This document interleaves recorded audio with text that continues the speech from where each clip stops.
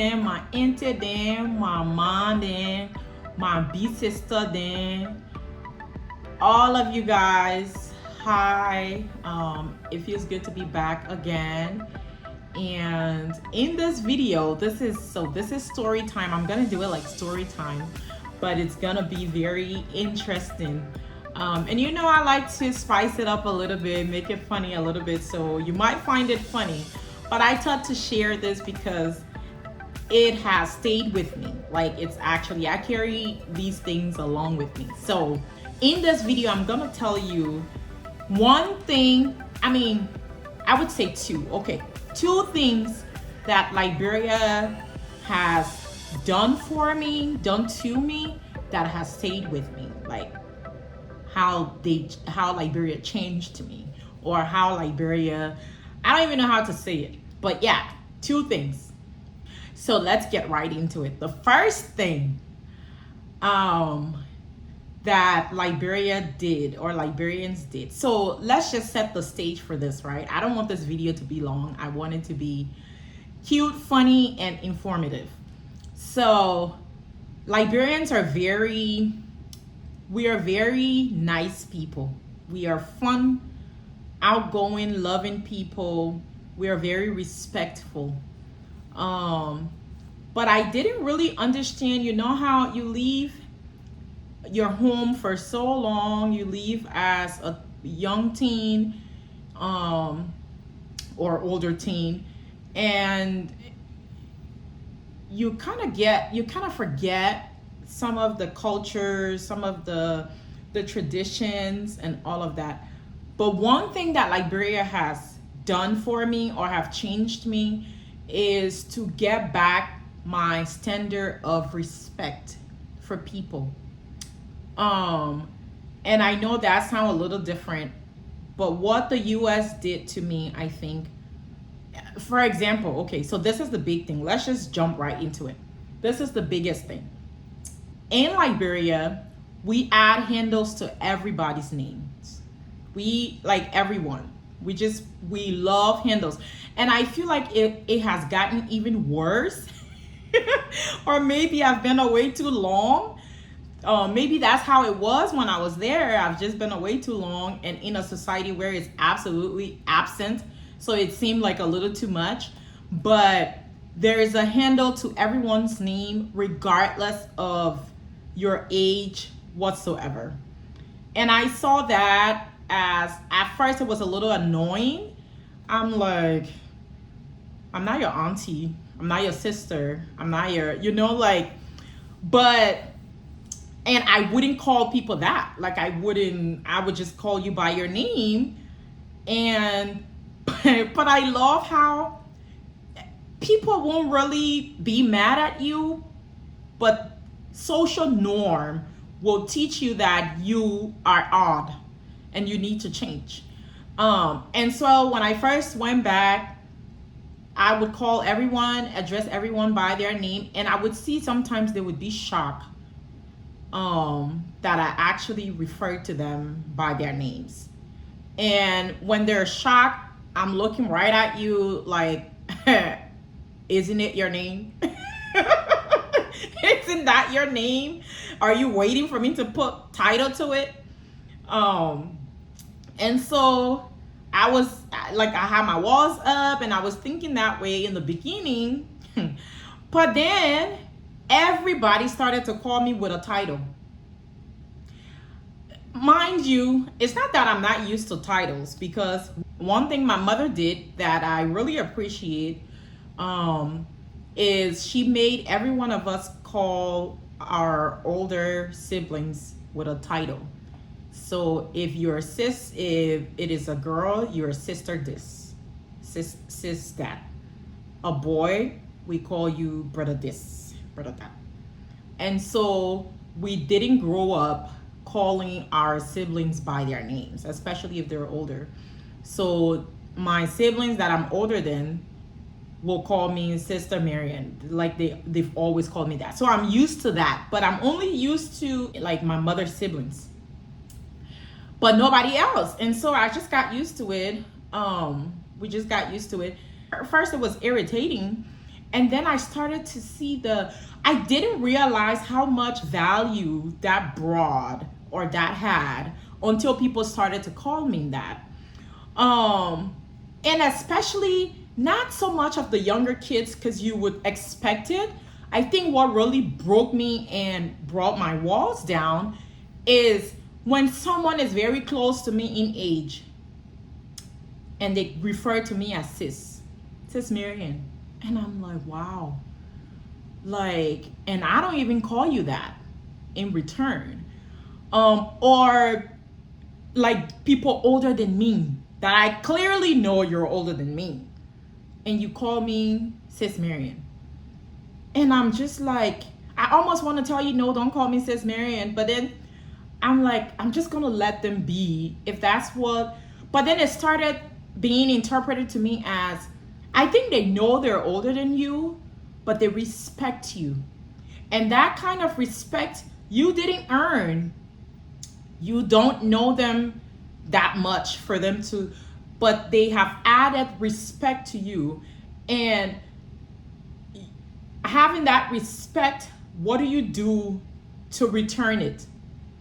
And so I started feeling really odd and awkward calling them by their names. And even when I did call them by their names, they would still call me with a handle. And it just started to change. But it was weird when I first started to say it. I was like, geez, would I have to call everybody sister or auntie? But that value screamed out to me, not forcibly, but through love and respect. And what I gathered from in there was that people would give you respect regardless of your age. And I think that's huge. That's so huge. And so now I started to add like handles to everyone's names. I don't know if you've noticed, like even when I'm commenting on people's videos, I will put a handle. Some of my YouTuber sisters that I talk to here and there, like before I used to call Dagnet, because we're from the US. That's what we do, Dagnet.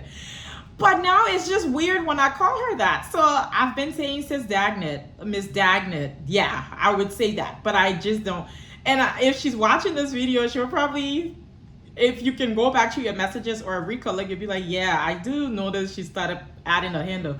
Or I would say sis Piso, or, because clearly these people are older than me, so why am I calling them by their names? And now it's not just the obviously older people than me. I'm calling everybody sister and auntie. You 1 year older than me, you sister. Sister Yonka. Sis Yonka, I'm about to start calling you sis. Anybody older than me, I am putting sis or auntie. If you want, I mean auntie is pushing it because they probably won't want the auntie part, but the sis, I'm giving it to y'all. I'm giving it to y'all because that love was given to me so freely, and I really honor that, and that has stayed with me. Now, going back to the US for a visit is just like so weird. No, you're not even able to say it because when you say it, it's so strange. And when you hear people refer to other people without the handles on their name, it also is strange. And I'm so happy that I was able to get back that value, cultural value from my home, where it's like, this is how we do it. We don't care if you are young or old, or we respect you regardless of your age. And so when a Liberian refers to you with a handle, even when you clearly look like you're younger than them, it's a sign of respect, it's honor. And you need to really accept that and give it back. And I am so appreciative of that cultural norm being transferred back to me. And so now I don't feel bad for it. So I'm going to call all of y'all sister and auntie. And y'all can't stop me. So that's the first thing, right? The second thing that I learned just through cultural norms and social norms is Liberians are very caring and sharing. You know how in the US they say sharing is caring? Liberians are They can be very caring. I remember when we grew up in Liberia, we would like everybody take took care of everyone in the community, in the yard, as we would say. If you cook for that day and you see your neighbor kids haven't really, their parents haven't really put anything on the fire yet, you just cannot eat that food without sharing. Like we just shared. Even when we see people cook, we still give them something. Like we still share.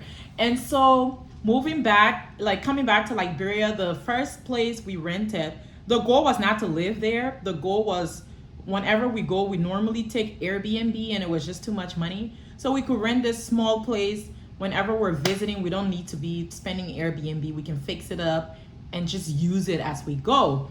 But this apartment was in a yard that had a lot of other people in the yard. And God just so blessed us that the people, we had really sweet people in our yard, like really nice people in our yard. And I think maybe for a start, people were a little nervous, like, these American people, they're selfish and stuff. But I don't have a selfish bone in me, you know. I tend to be very loving and caring as well, even though sometimes I have to be careful. Like I have to watch out, especially for Africa. My husband warned me a lot. Like everybody, even friends, they were like, Marian, you're too good for that place. If you go over there, you need to be careful. You can't just do this, you can't just do that. So I came in with all those ideas in my head, and so I had my walls up, and once more it came crashing down. I mean, it's not completely down, but at least. So what happened was, my neighbor, the landlord had his family in the compound living right opposite us, and his nieces, and I think his nieces, and they were very loving girls. When we first went in, and I know they clearly saw that we could afford food, or we could afford things, but that didn't stop them from sharing with us, which was very weird to me. Being so long in America, I'm like, it was almost like I felt bad, like I was robbing them of something that they could have had enough. Like, I don't need it, why are you giving it to me, kind of thing. They would cook and they would give me, and the first time it's hard to say no because you have to be polite. So you take it, but then you're wondering, like, and then all those things start to come in your head. I hope it's safe. But then you're like, I don't know these people from anywhere. Why would they have any interest in killing me? And I know some people might comment on here and be like, still be careful, yeah. But there are certain things, like you have discernment, you would know. And of course the Lord is with me, so. But they give us food, and I think the first time we were like, we don't really, so it was in the fridge. It wasn't, they didn't give food the first time. She gave, because she bakes too, so she gave me cake. And I really liked it, but it was sweet, so I really couldn't eat it. And so when she asked me if I liked it, I said, I love how the color was evenly distributed, like it was nicely baked. I said, but it was a little sweet for me. I think because I haven't really been eating sugar, so it tastes that sweet. She was like, okay, I'm sorry. So she did it another time, and she, I think, switched to another recipe where it was a little bit more milk and butter flavor. And when I had that, I was like, oh, that was so good. I loved it. So she was like, yeah, now I know what you like. So she will always bake and give me, and that was courteous because we did it. Like my stepmom used to bake, and we used to share what we bake in the community. So I do bake. I don't bake all the time, but I do bake. So I really appreciated that. And then they would cook and they would give us food. It wouldn't be a whole lot of food. It would just be a little bit. And for some reason I would feel guilty, like, no, the baking is okay because it's occasional, but I don't know if I want to take food from them because I really don't want to. I can afford food. Like, we have food. I don't want to take away from their mouth, you know. But so I would take it and I would not give any food back. And another part of my mind was like, well, I'm not about to start something I can't finish, you know. Because I know in Africa, like when I was growing up, we would do that back and forth. And I'm like, I don't know if I can do that. And I don't think this is genuine. I don't want anybody to come and trap me into that. So they would share the little that they have with me, and I wouldn't share back with them. The typical America has spoiled us. If you're listening to this, I swear you need. Sometimes my Ghanaian accent kicks in, but we need to fix ourselves. And so they did it for a while because I wanted to test if that was really genuine. If you have ulterior motives and you give somebody food a couple of times and they don't give you back, you would stop, right? No, they didn't stop. There are days where you really felt like that food was not enough. Y'all could have eaten your food. But then I love how when they give you food, they give you rice. They would never give you just soup. They give you soup and rice. In my world, in my American world, I don't give soup and rice. I give soup. In America, we don't cook rice and give it to people. You got rice to your house. So I'm giving you soup. Even in when I cook and give my mom, I never take rice to her up to this time. I give her soup. And so they did it for such a long time, and they're really good cook. Like, I enjoy the food. And so I decided, and normally when I cook a lot. I don't know how to cook small food. So I cook a lot and I don't know what to do with the food. And the food would just be in the fridge. And there are sometimes I noticed that they wouldn't cook all the time.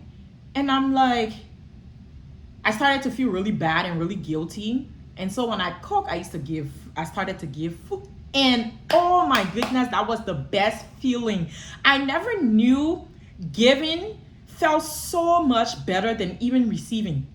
When I started to give food, it was just amazing. And then it started to annoy me. I was like, but I gotta give rice every time I give food. Like, I don't have, normally when we cook rice, we just cook small rice. So it's like when you're giving, I want to give you, but I don't want to give you small rice because the rice that I cooked wasn't even much.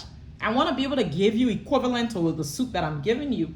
And I was just like, but then, so why beating myself up for that? Even my mom, one time I was so busy, I had not cooked a few days, and we didn't have food in the house. And I was like, oh, Rich, get ready, let's go get some food. We're going to eat somewhere. And so while getting ready, he was in a meeting and I was waiting for him. And they brought some food, hot rice, and I think it was bean stew or something, or beans tabagi. It was beans, I remember. And it was tabagi because Rich really loves tabagi. So he was like, let me taste a little bit of that food that this girl brought. I don't want to call names or anything. And then when he ate the food, he was like, oh my goodness, it's really good. And then when I was like, oh, so I ate, it was so satisfying, and it came right in time that we didn't even go out again. We canceled going out because we already got food to eat. And in that moment, what that taught me was, you complain about giving rest out to people when you cook. But what you need to know is that not everybody has rice in their homes. Giving them soup without rice, it just makes it hopeless. It's like, now I got soup, but I don't even have the first dime to buy rice. How am I supposed to eat this soup? It's like your giving isn't complete. Another thing is the time it takes to pour rice on fire and cook it. You could save a life when somebody is offering you something. We were really hungry that day because we had worked all day. We weren't able to leave the house, and there was no food in the house. And we were getting ready now, waiting for Rich last meeting to leave. And that food came. If that soup came in and there was no rice, the time it would have taken to cook rice, we would have really been dying of hunger. We probably would have just put the soup in the fridge and still go out and spend that money. But because it was hot, fresh rice, we were able to eat that and it was satisfying. From that moment, my idea about giving and sharing food and making sure that people have hot rice to eat right when they receive your food was there. Like, nobody had to tell me that again. And no, they never mentioned it to me. My mom and myself talked about it for a little bit. My sister and my family, I kind of told them straight up. I'm like, I don't give rice. Y'all figure out your rice. It's just too much. I'm like, it's just too much for me to have to worry about. Sometimes I cook and I don't even cook rice until we're ready to eat. So, and if I cook that soup just to store it, there's no rice along with it. And then now I have to cook rice just because so I'm like, it's just too much for me. I'm not used to it. But from that day forward, I saw that differently. So even my mom now, when I send her food, I would send rice. And I saw how appreciative that she would be like, oh, it came right on time. Or I came from church. I was so hungry. I ate that food. And it changed me in the way I felt love. Not love that was forced, not love that they didn't give it to me because they wanted it in return. I saw that clearly because I actually didn't reciprocate that for a very long time, and they were very consistent with it. And then when I started to give it back, it felt so good. Oh my goodness. I used to love cooking just to share. So I would share the food. I would cook and take out all these different bowls, call everybody to come pick up, my sister, my mom, my neighbors, everyone. And of course, they love my food because I'm a good cook. So they would always look forward to it and stuff like that. And it felt so good. So I learned that part as well. Now moving to the next place, I feel like I don't have that. I even told Rich, I was like, I miss it. And in the US, that's kind of how I was too, because I would cook and just call my friends and be like, I got soup here, oh, you come and get some. And I would just package people food and they carry home. Like, I want to host. I will cook so much more food than we need and pack it up for everybody to carry it and stuff. So I enjoy those things. But going to Liberia and having all your walls up because of what people have told you, it would have prevented me from experiencing such beautiful cultural norms and it's not everyone that will do that. There are people that live with neighbors and they complain like there's a lot going on, but when you find good ones, you appreciate it. And I love that they taught me how to share. They taught me how to share. They've taught me respect, and I freely give it to as we go forward. So that's all I wanted to share with you guys. That's the story time. And when you go to Liberia, let me know if you experience that. Don't fend off the people. Not everybody trying to kill you. Some people just trying to be welcoming and accept the welcome, accept to be courteous, especially if you share living spaces. Later in the compound, our porch became like charging booth for everyone in the compound when electricity goes, because we had generator and it would be on 24/7 current. So that was a blessing to them as well. And that's how we do. And it's just, I'm glad that I had to experience that. I didn't go in my American bubble and stay there, and now it's made me a different person. So thanks for watching up to this point. Stick around for another video. It's coming soon. Peace out. Bye bye.